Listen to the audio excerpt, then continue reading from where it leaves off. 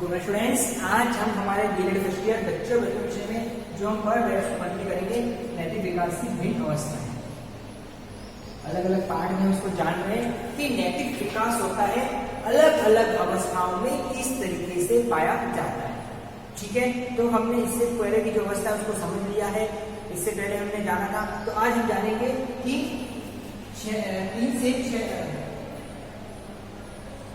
6 से 9 वर्ष की आयु।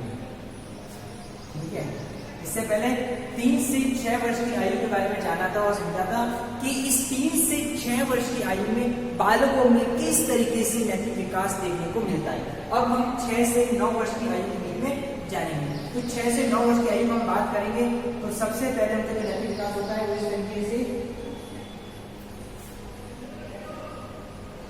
बालक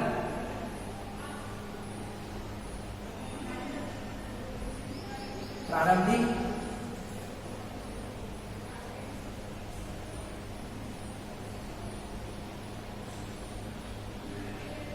पाठशालाओं के छात्र इस अवस्था में, यानी कि जो 6 से 9 वर्ष की अवस्था है, तो इसमें देखने को मिलता है कि बालक प्रारंभिक जो पाठशाला है, प्राइमरी लेवल की पाठशाला है, उसके छात्र होते हैं, तो उनका प्रभाव उनके अंदर देखने को मिलता है।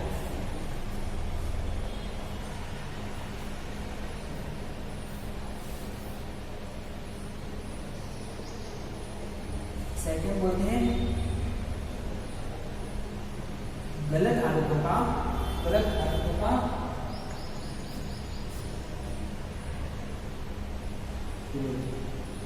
इस अवस्था में कई बार बच्चे कुछ ऐसी आदत होती है जो गलत हो सकती है, जैसे झूठ बोलना, चोरी करना।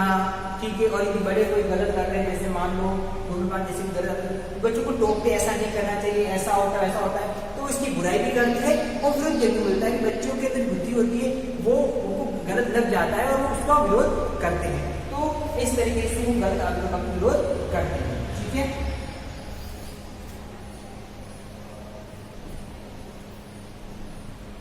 अगला है वास्तविक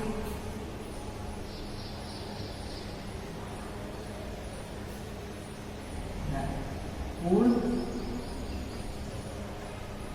नहीं।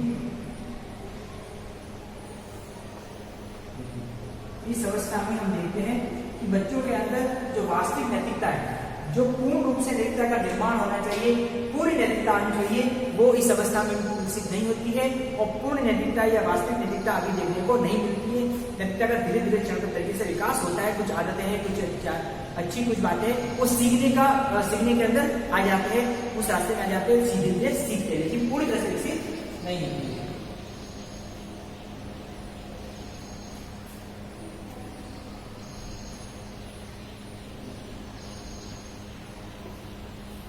अगला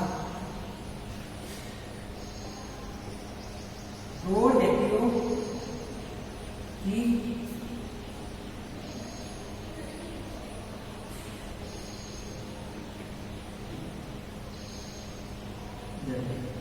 इस अवस्था में जो बालक होते हैं, क्रोध व्यक्ति यानी जो बड़े लोग होते हैं, तो उसकी कोई निंदा करते हैं, आलोचना करते हैं, तो इस स्थिति में उनको डर लगता है, भय रहता है, इसलिए वो ऐसा कोई काम नहीं करते जिससे उनकी निंदा हो सके।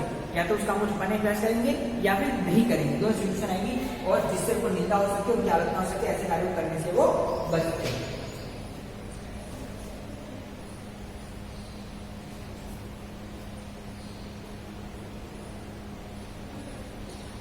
अगला परिवार के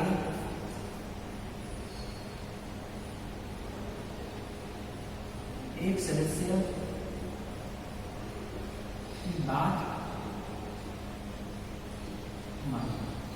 इस अवस्था में देखने को मिलता है कि परिवार की वह किसी एक सदस्य जो उसका घनिष्ठ होता है, जो उसके ज्यादा संपर्क में रहता है, ज्यादातर माता होती है, उसकी बातों को मानते हैं और दूसरी बातों की बात को नहीं मानते हैं, क्योंकि उनकी आलोचना करना शुरू करते हैं। तो कई बार ऐसा होता है बच्चा समझता नहीं है या ज्यादा जिद कर रहा होता है, तो जिसकी बात को मानते हैं उसको पहले आगे किया जाता है, ताकि उसकी बात को मानकर वो सही तरह से समझ सके। तो इस तरह से परिवार के एक सदस्य की बात मानना।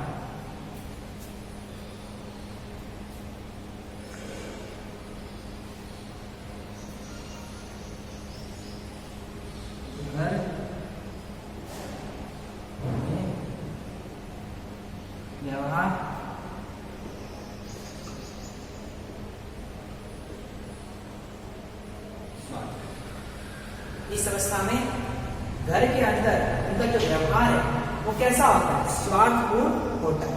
ठीक है, स्वार्थवर्ती होती है, वो सिर्फ अपना करना चाहते हैं, अपने कुछ खाने को देते सिर्फ उसको उनको मिलना चाहिए, कुछ खेलने उनको खेलने का मौका मिले उनको खेलने का मौका टीवी है उनको मिलनी चाहिए। तो इस तरीके से एक तरह से स्वार्थपूर्ण व्यवहार यहाँ पर देखने को मिलता है। विद्यालय में जाता है तो जो उसका विषय अध्यापक होता है उस विषय अध्यापक की बातों को मानता है, अन्य किसी बच्चों या बातें नहीं मानता। इस तरीके से उसकी धीरे धीरे प्रवृत्ति देखने को मिलती है। इसके बाद अगला है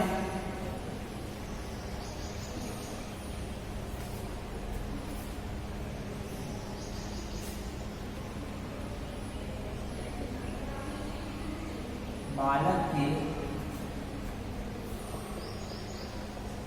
चरित्र में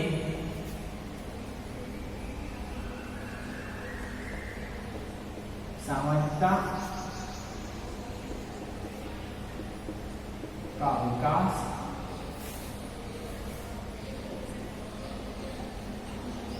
धीरे धीरे होता है। इस अवस्था में देखते हैं कि बालक के जो चरित्र का विकास होता है, कैरेक्टर, उसमें जो सामाजिकता, जैसा कि मैंने जाना था कि जैसे जैसे बच्चा बड़ा होता है उसमें सामाजिकरण की प्रक्रिया प्रारंभ हो जाती है, सामाजिक गुण निर्मित होते हैं, तो वो धीरे धीरे क्या हो सकता है, सामाजिक विकास भी होना प्रारंभ हो जाता है, समाज को समझना, समाज को समझना शुरू कर जाता है।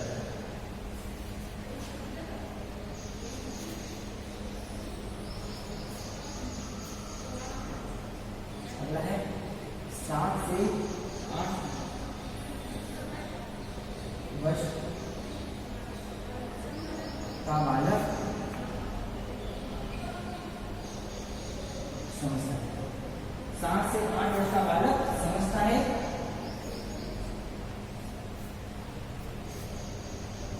कि अच्छाई या बुराई किसी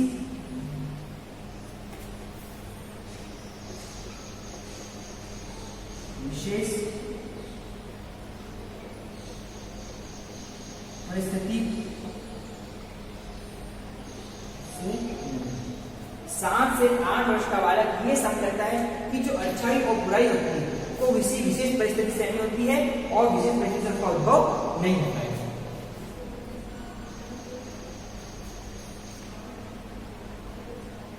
अगला बालक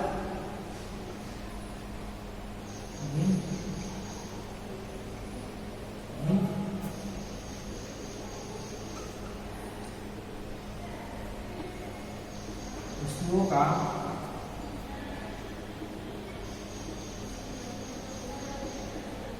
संग्रह करने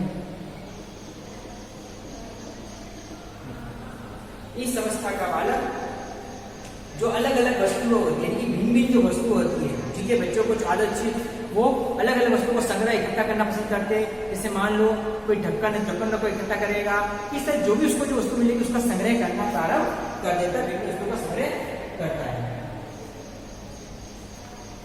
साथ ही साथ हम कह सकते हैं कि इस अवस्था में बालक अब थोड़ा थोड़ा पैसों का महत्व, 7 वर्ष का बालक पैसों का महत्व समझता है और अनावश्यक जिद्द नहीं करता है। तो इस तरीके से ये हमने जाना कि 6 से 8 वर्ष की आयु में इस तरीके से नैतिक विकास बालकों में देखने को मिलता है। अब इससे रिगार्डिंग आपका होमवर्क है,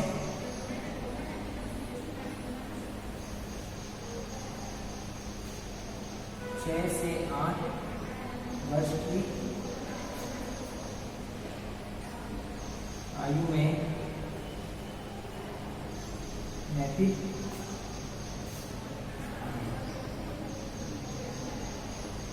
विकास को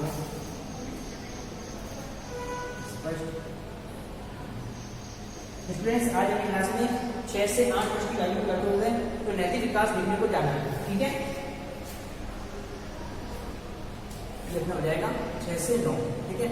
6 से 9 वर्ष की आयु के बालकों में जो नैतिक विकास हमने जाना और समझा, इसी के बारे में आपको अपना होमवर्क करना है कि 6 से 9 वर्ष की आयु के बालकों में नैतिक विकास किस तरीके से देखने को मिलता है।